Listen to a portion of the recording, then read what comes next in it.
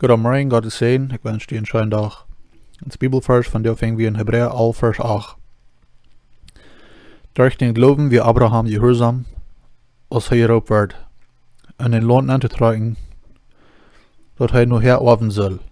Hij trok los, ohne te weten, wo hij gaan soll.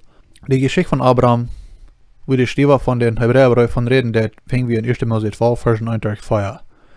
Du sagst dort, der Herr sagte Abraham, verlot ihn Land, die Lied, en die Vader zijn huis, en go nu in Land, dat ik die zeggen wil. Ik wil van die een groot volk maken, en ik wil die zegenen. Ik wil die noem wie bekend maken, en du wirst een zegen zijn. Ik wil die zegenen, en ik wil op die een vlucht brengen, die op die een vlucht brengen. En durch die worden alle Völker op ihr gezegend worden. So mögt Abraham sich auf dem Weg, kriegt so als der Herr gesagt hat. En Lot trok met aan met. Abraham wie 75 jaar als hij Haran verluid.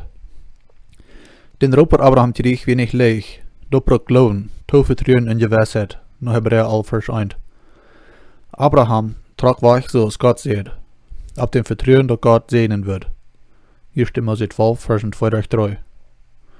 Abraham trok weg met den verspreken dat God wird doen wat hij versproken had. Hij had 75 jaar ervaringen met God wat doen.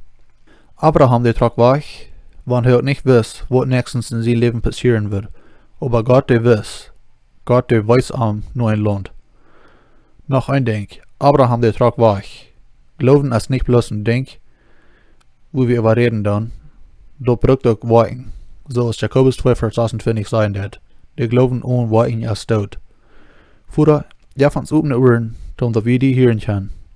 En open warten, damit wir das annehmen können, was du uns sagen lässt. In Jesus' Namen. Amen.